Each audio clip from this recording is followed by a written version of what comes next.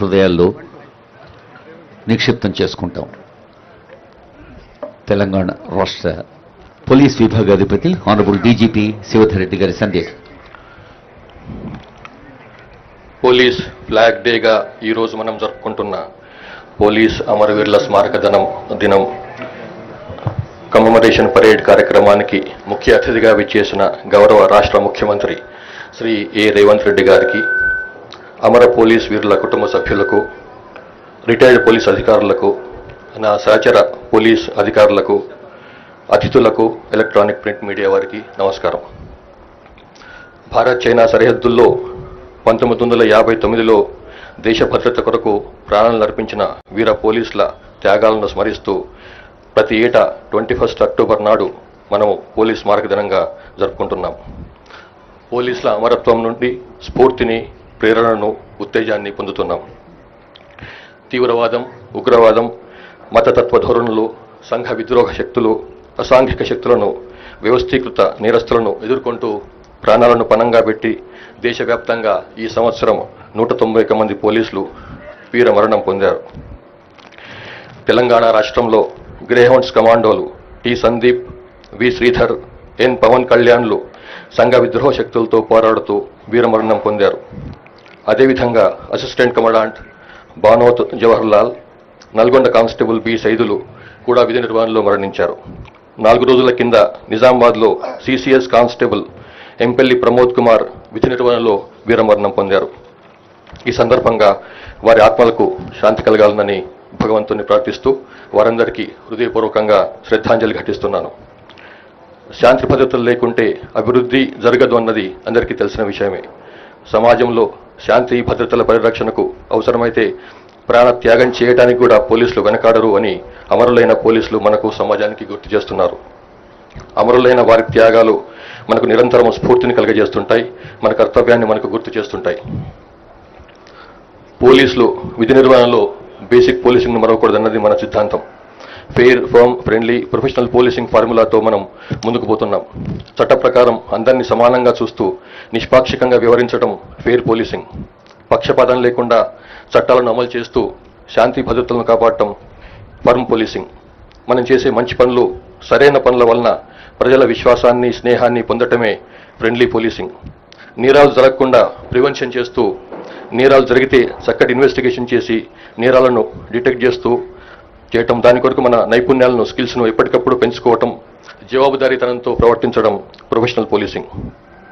Beat patrolling, visible policing, నిఘా, తక్షణ స్పందన, నేరాల నియంత్రణ, పబ్లిక్ ఆర్డర్ నిర్వహణ, కమ్యూనిటీ పోలీసింగ్ను నిర్వహిస్తూ బేసిక్ పోలీసింగ్ ద్వారా ప్రజల విశ్వాసాన్ని, నమ్మకాన్ని మనం సాధించుకోవాలి.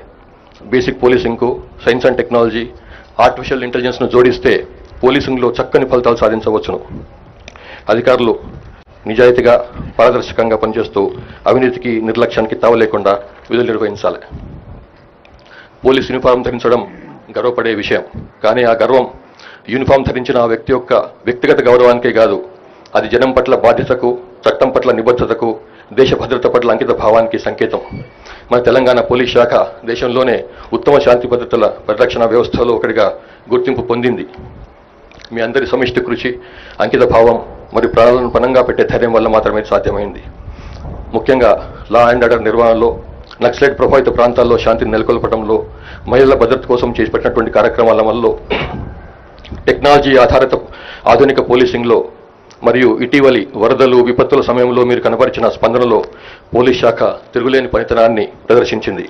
ఈరోజు మనం మన గుండెల్లో అమరులతో పాటుగా వారి కుటుంబాలను కూడా గుర్తుంచుకోవాల్సిన అవసరం ఉంది. వారు చూపిన ధైర్యమే మనకు గొప్ప బలాన్ని ఇచ్చింది. అమరుల కుటుంబాల త్యాగాలను గుర్తు చేసుకోవటం ఒక్కరోజుతో సరిపోదు. మనం వారికి మంచి సంక్షేమ పథకాలు, వారి పిల్లలకు విద్య, మానసిక, ఆర్థికపరమైనటువంటి మద్దతు ఇస్తేనే వారి త్యాగాలకు విలువ ఇచ్చినట్లయితుంది. తెలంగాణ పోలీస్ శాఖ తరఫున వారి కోసం మేము ఎల్లప్పుడూ అండగా ఉంటాం.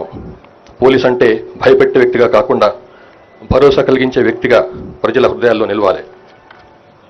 సార్, మీ అమూల్యమైన మార్గదర్శకత, ఆదరణ మరియు పోలీస్ శాఖ పట్ల మీకు ఉన్న నిబద్ధత మాకు మరింత శక్తినిస్తుంది. మీ నాయకత్వంలో మన పోలీస్ వ్యవస్థ మరింతగా ప్రజల అభిమానం పొందేటట్లు పనిచేస్తుందని వాటయిస్తున్నాను. మీ సమక్షంలో అమరులను, వారి కుటుంబాలను స్మరించుకోవటం వారి త్యాగాలను రాష్ట్రం గుర్తిస్తుందనడానికి బలమైన సంకేతం. అదేవిధంగా తీవ్రవాద ఉగ్రవాద హింసల్లో గాయపడిన వారికైనా మరణించిన వారికైనా అధిక మొత్తంలో ఎక్స్గ్రేషన్ పెంచిన మీకు పోలీస్ సిబ్బంది తరఫున మరొక్కసారి కృతజ్ఞతలు తెలియజేసుకుంటున్నారు. యావత్ భారతదేశంలోని పోలీస్ అమరవీరుల త్యాగాలను ఈ సందర్భంగా మరోసారి స్మరించుకుంటూ వారి ఆత్మలకు శాంతి కలగాలని వారందరికీ హృదయపూర్వకంగా శ్రద్ధాంజలి ఘటిస్తున్నారు. జై Hind. Thank you, DGP sir.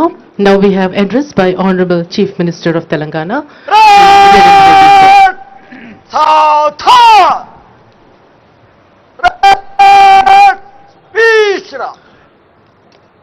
గౌరవ ముఖ్యమంత్రి వర్యుల సందేశం.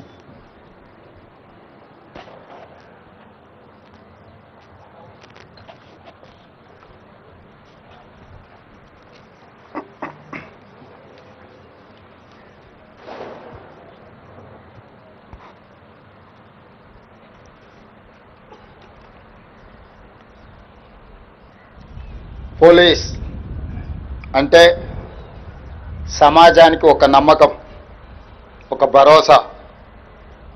ప్రపంచమంతా నిద్రపోతున్నా సరే సమాజంలో శాంతి భద్రతల పరిరక్షణకు కట్టుబడి తను మాత్రమే మేల్కొని ఈ సమాజాన్ని కాపాడుతూ ఉంటాడు.